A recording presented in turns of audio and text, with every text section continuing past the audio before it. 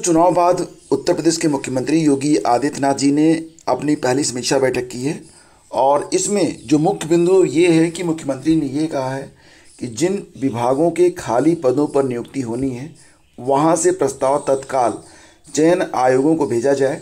प्रस्ताव भेजने से पूर्व नियमावली का बारीकी से परीक्षण करें। चयन आयोग को गलत और अधूरा प्रस्ताव न भेजें ताकि देरी ना हो। नियुक्ति प्रक्रिया को सरल बनाने के लिए ई प्रस्ताव की व्यवस्था का उपयोग करने और समय सीमा तय करने के भी निर्देश दिए गए हैं। और इसी तरह उन्होंने कर्मचारियों की सहूलियतों को ध्यान में रखते हुए शिक्षकों के तबादले की कार्रवाई जल्द पूरी करने का निर्देश भी दिया है। तो फ्रेंड्स, यहाँ पर जो खबर है बहुत ही इंपॉर्टेंट है। लोकसभा चुनाव के बाद बृहस्पतिवार को मुख्यमंत्री योगी आदित्यनाथ की अधिकारियों के साथ ही पहली बैठक में चुनाव के फीडबैक का असर साफ नजर आया। बैठक युवा, किसान और आम लोगों की समस्याओं के समाधान तथा बुनियादी ढांचे के विकास पर केंद्रित रही। मुख्यमंत्री ने खाली पदों पर जल्द भर्ती, गन्ने का बकाया भुगतान और आगे से 10 मई से पहले सभी परीक्षाएं कराने के निर्देश जारी किए हैं। साथ ही अनावश्यक बिजली कटौती न करने के लिए भी कहा गया है।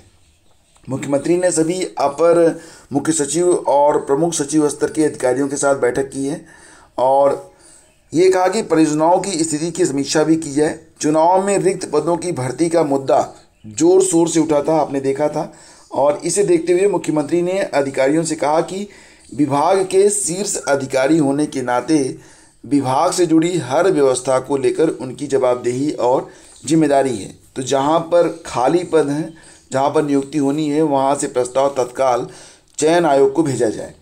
तो दोस्तों, यहाँ पर जो भर्तियां हैं उनमें गति लाने का प्रयास किया जा रहा है। युवाओं की सहूलियत को ध्यान में रखते हुए भीषण गर्मी से पहले परीक्षाएं करवा ली जाएंगी। मुख्यमंत्री ने कहा कि युवाओं की सहूलियत को ध्यान में रखते हुए विश्वविद्यालय, महाविद्यालय, इंजीनियरिंग कॉलेज, पॉलिटेक्निक, ITI आदि सभी शैक्षिक संस्थानों में शैक्षिक कैलेंडर इस प्रकार तैयार किए जाएँ कि 10 मई तक सभी आवश्यक परीक्षाएँ संपन्न हो जाएँ। और भीषण गर्मी के मौसम में परीक्षाओं से परहेज किया जाना चाहिए, मतलब जब भीषण गर्मियाँ पड़ रही हो तो उस दौरान परीक्षा ना हो, ये सहूलियत भी।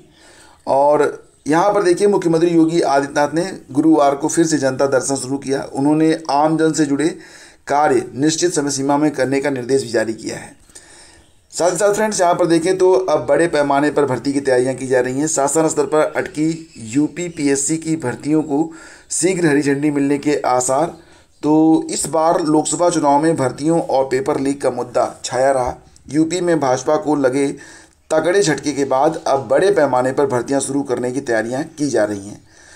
UPPSC ने जहां वर्ष 2024 का संशोधित कैलेंडर जारी कर दिया है, वहीं उत्तर प्रदेश शिक्षा सेवा चयन आयोग अगस्त के अंत या सितंबर की शुरुआत से लंबित पड़ी भर्तियां शुरू करने जा रहा है।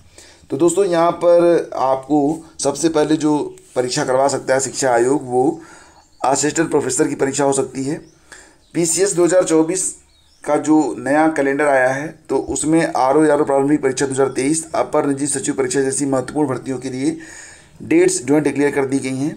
दूसरी ओर शिक्षा सेवा चयन आयोग ने अगस्त के अंत या सितंबर की शुरुआत में सबसे पहले तो 1017 पदों पर अशासकीय महाविद्यालयों में असिस्टेंट प्रोफेसर के पदों पर 2 साल से लंबित पड़ी भर्ती के लिए परीक्षा कराने की तैयारी कर ली है। मतलब मान चलिए कि आपकी परीक्षा अगस्त के अंत में हो रही है।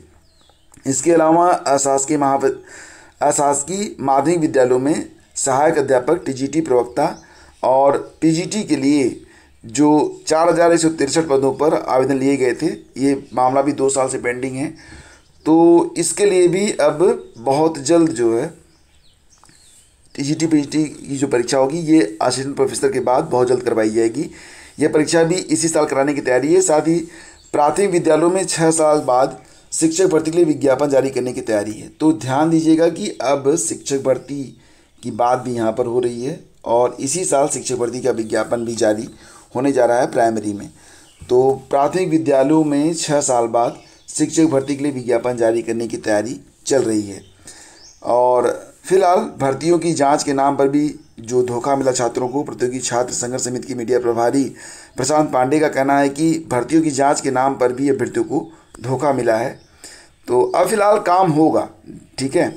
और फिलहाल जो भर्तियां फंसी हुई हैं वो भर्तियां भी अब क्लियर होंगी और नई वैकेंसीज भी आएंगी। उत्तर प्रदेश लोक सेवा आयोग को कई भर्तियों के लिए रिक्त पदों के लिए अध्याचन मिल चुके हैं, लेकिन पाठ्यक्रम संशोधन, स्क्रीनिंग परीक्षा से संबंधित नियमावली, परीक्षा योजना आदि को शासन से मंजूरी मिलने के बाद ये भर्तियां अटकी हुई हैं। इनमें प्रमुख रूप से राजकीय महाविद्यालयों में या राजकीय विद्यालयों में सहायक अध्यापक, राजकीय महाविद्यालयों में, मतलब यहाँ पर बात बेसिकली हो रही है जो गवर्नमेंट डिग्री कॉलेज होते हैं, ठीक है, और जो GDS की भर्ती होती है। साथ ही साथ यहाँ पर जो वैकेंसी LT ग्रेड के बारे में बात की जा रही है, क्योंकि राजकीय विद्यालयों में सहायक अध्यापक, मतलब यहाँ पर बात हो रही है LT ग्रेड की, और राजकीय महाविद्यालयों में असिस्टेंट प्रोफेसर यानी कि गवर्नमेंट डिग्री कॉलेज के बारे में बात हो रही है।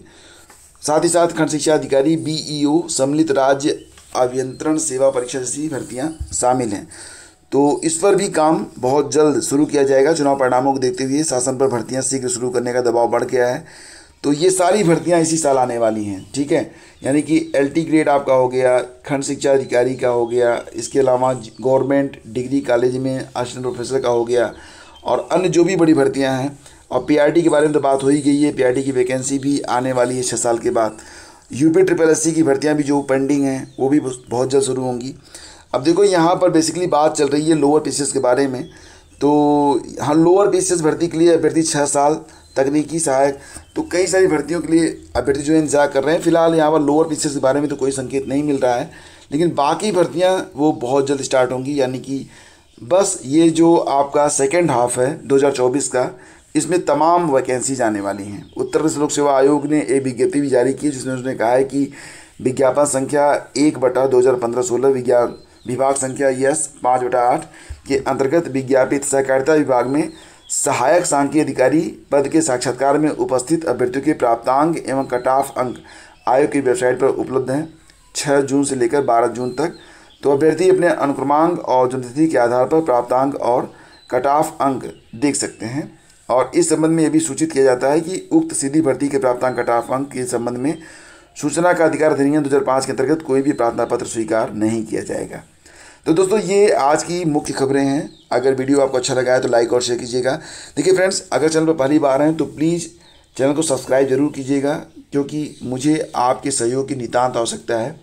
और साथ ही साथ जो भी भर्तियां यहाँ पर आने वाली हैं, जिसमें LT ग्रेड होगी, आपकी GDC की भर्ती होगी, इसके अलावा और भी जैसे कि DSSB की वैकेंसी आने वाली है। साथ ही साथ UPPCS, RO ARO, Allahabad high court की वैकेंसी भी आ रही है। तो इन सभी के लिए सबसे इम्पोर्टेंट ये है कि आप लोग एक सीरीज यहाँ पर चलाई जाती है इसी चैनल पर, जिसका नाम है डेली MCQs, जिसमें हम 10 प्रश्न प्रतिदिन आप लोगों को हल करवाते हैं करंट अफेयर का। उद्देश्य यहाँ पर फ्रेंड्स हमारा ये है कि प्रतिदिन 10 प्रश्न, यानी कि पूरे 1 महीने में आपको 300 प्रश्नों का एक अच्छा खासा क्वेश्चन बैंक दे दिया जाए। मतलब कि सालाना कुल मिला के 3600 प्रश्न तैयार करवा दिए जाएँ, वो भी मात्र रोज़ 5 से 7 मिनट देकर। तो डेफिनेटली अब तक इस अभियान से बहुत सारे लोग जुड़ चुके हैं, आपको भी जुड़ना चाहिए। और प्रतिदिन रोज़ 8 बजे ये वीडियो अपलोड किया जाता है इसी चैनल पर। साथ ही साथ अगर आप तैयारी कर रहे हैं UPPCS की और RO ARO की, तो प्रैक्टिस सेट और गाइडेंस, साथ ही साथ जो PYQs होते हैं उनके लिए आप अपना एक नया चैनल जिसका नाम है ओनली GS मास्टर क्लास, उसको भी ज्वाइन कर सकते हैं। सभी की लिंक वीडियो के डिस्क्रिप्शन में है। धन्यवाद।